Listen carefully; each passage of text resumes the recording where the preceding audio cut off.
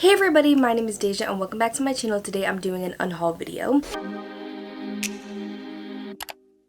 So if you can't tell, I'm in front of my bookshelves, which doesn't happen very frequently, but I'm back home for spring break. I'm literally about to leave in like an hour, so I've been meaning to film this video all spring break, but I'm just getting around to it now, and I'm doing a smaller unhaul. I feel like there's some more books on my shelves that I should unhaul, but I can't let them go. It's very hard for me to unhaul books. I get very like emotionally attached to my books and think, oh, I'll read this eventually, and knowing that I really probably won't because I don't read a lot of those books anymore. I still have a lot of young adult books and a lot of fantasy books, which I don't read as much as I used to. Those used to be the primary books that I read because I started watching BookTube and everything like that back in 2013 when I was 11 years old. So I've been collecting books since then. I literally have 7 bookcases with books on top of the bookcases as well on both sides. I just need to whittle it down over time and get it to books that I actually really love and enjoy. My TBR is literally huge, still filled with young adult books and fantasy books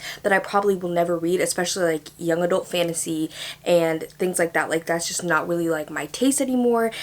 So I decided to do a smaller unhaul video so I can get rid of some of these books and slowly whittle them off my shelves over time, because I think it's just going to take some time for me to like really get rid of the books that I need to get rid of, because it's painful to me. It's very painful.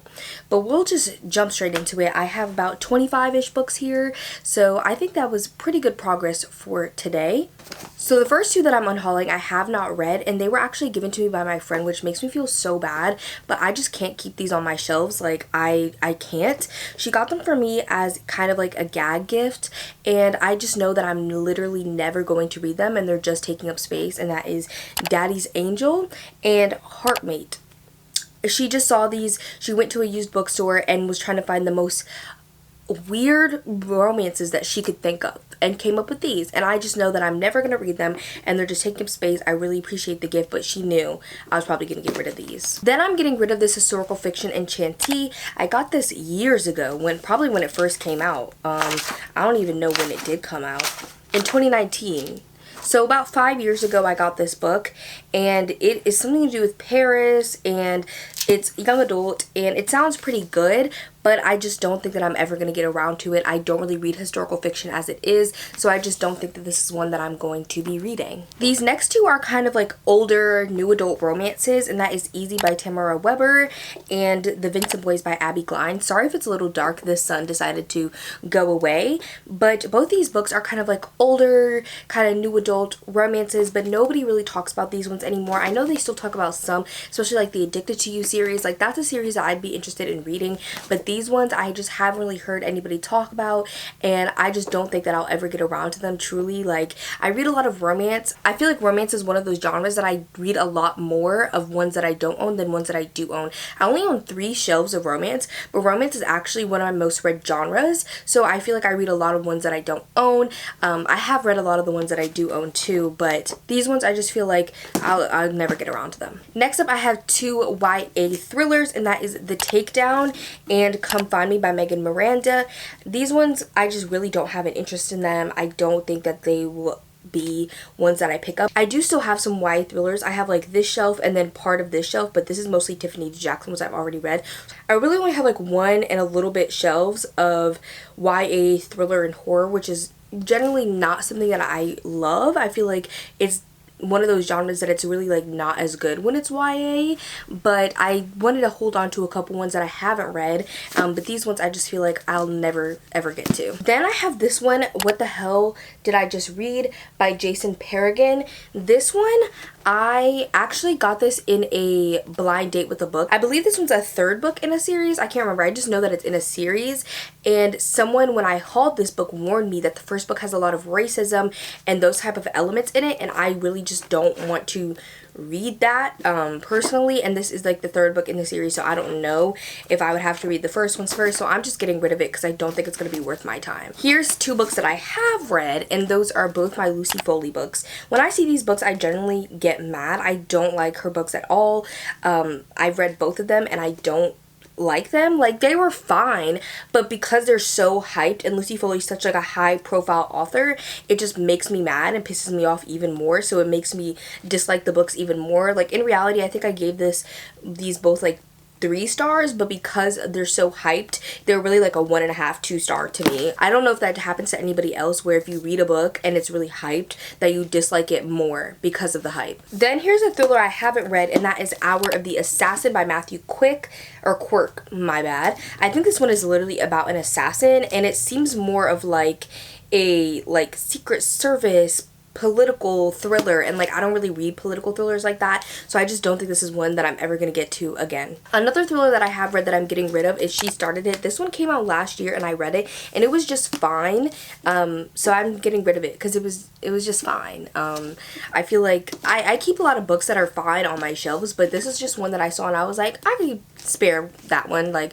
I could get rid of it and not feel anything. So now we're moving into mostly YA books that I have left. So the first one up is Alex and Eliza by Melissa De La Cruz.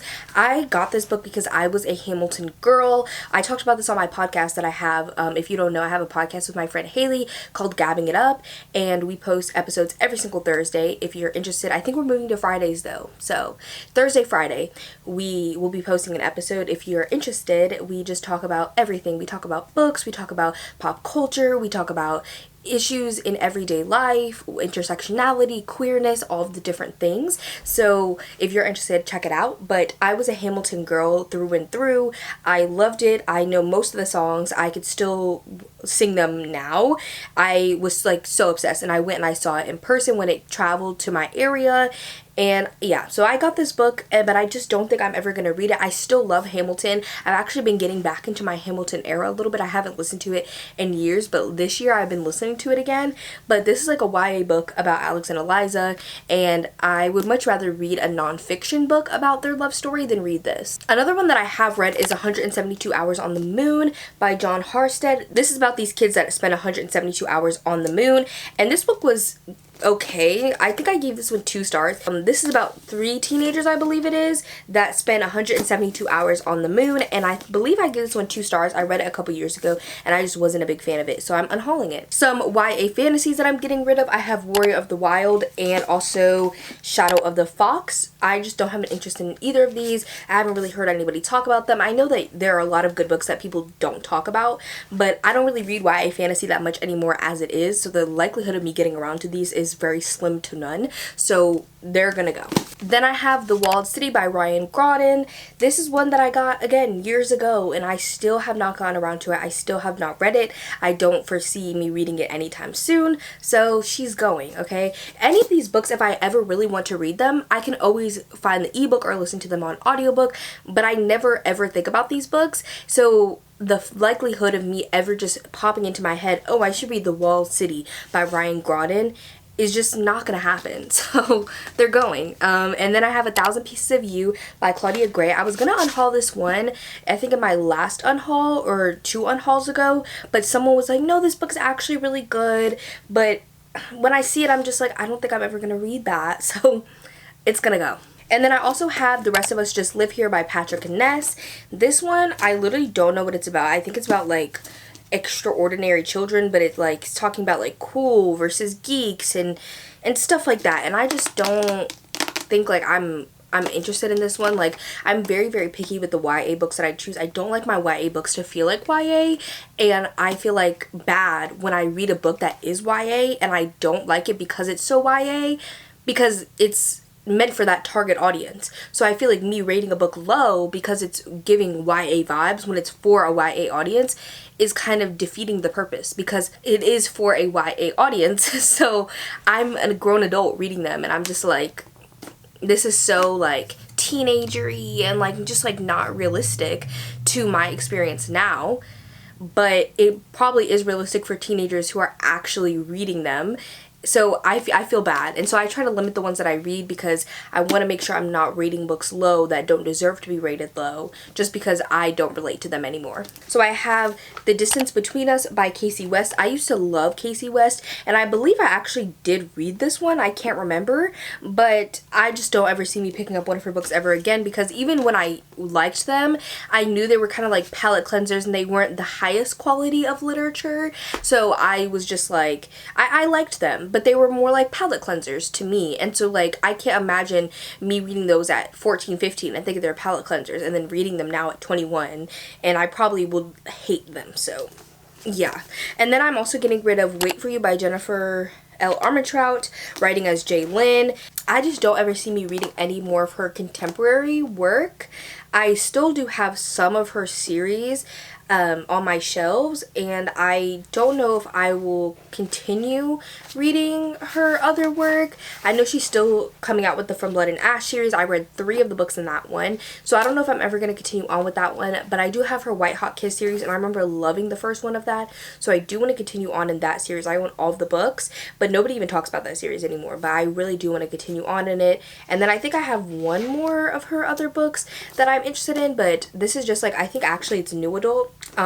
I just don't think I'm ever gonna read it, to be honest. Then I have this one, Truly Madly Royally by Debbie Regaud. I feel bad getting rid of a book by a Black author because I believe this is, and I was holding on to this for nostalgia reasons because I actually got 2 copies of this one at Y'all Fest, which is a young adult book festival in Charleston, South Carolina. We used to go every year, me and my parents, and they would literally take me out of school for like a day, and I would go, and it was like the best thing ever until COVID happened. COVID happened when I was, I believe, 17, so I was still like in the young adult category, but I was already starting to kind of grow out of it, so I was like, okay. And then after COVID, I just have never gone, and at that festival I actually won this beautiful dress, but it wasn't in my size. It was stunning, and it was actually made by this author, so I was holding on to this book to kind of remember that, and my mom eventually gave away the dress because it was just sitting on a dress form for years, just taking up space. So yeah, but I don't think I'm ever gonna read this. It's like some young adult royalty romance, and I do like royalty romances, but I just don't read them super frequently. And then lastly, I have 2 other books. One of these I believe is actually middle grade, and that is The Vanderbeekers of 141st Street. This is some, like, I believe it takes place during like Christmas or something, but I do like middle grade, but I just don't think this is going to be one that I actually ever pick up. And then I also have Foolish Hearts by Emma Mills. I literally don't know what this one is about, and the cover is really cool, but I just, if I know nothing about it at all, literally like not a single thing, not even a buzzword, nothing about the book, I just don't think I'm ever going to pick it up. So those are all the books that I'm unhauling. I hope that you guys enjoyed this video. If you made it to the end, leave the crown emoji down below, and I will see y'all in my next one. Bye everybody. I'm writing rhymes in the kitchen, soaking in moments we live in, yeah. You got the nerve to be on me.